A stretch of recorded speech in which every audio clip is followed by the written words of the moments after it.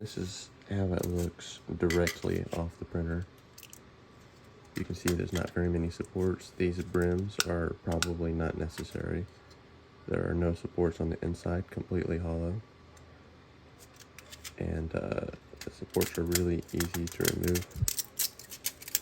You get a better look at this here. You got supports that go along underneath the casing and supports around the screw of the bullet tip.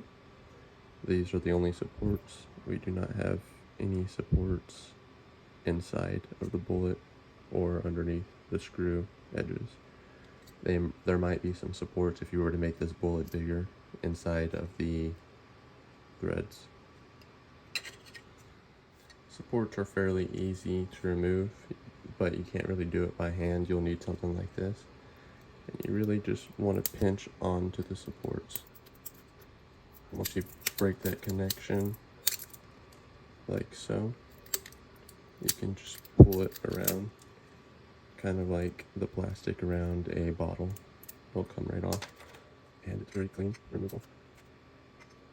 Same thing with the screw, but the screw is a little bit more hard, so I recommend pinching around this line right here because that's where the screw starts.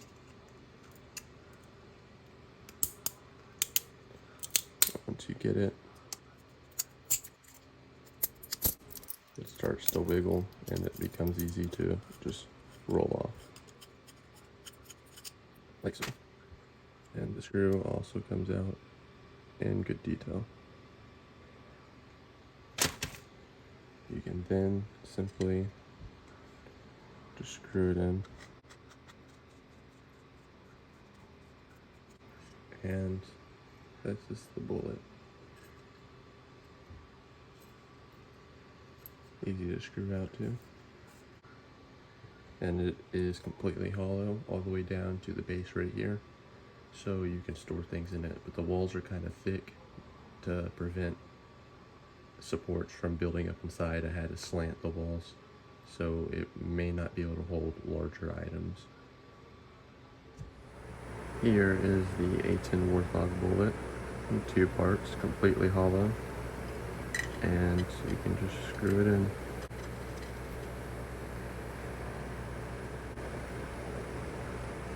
A very tight hold. First, just gonna prime it.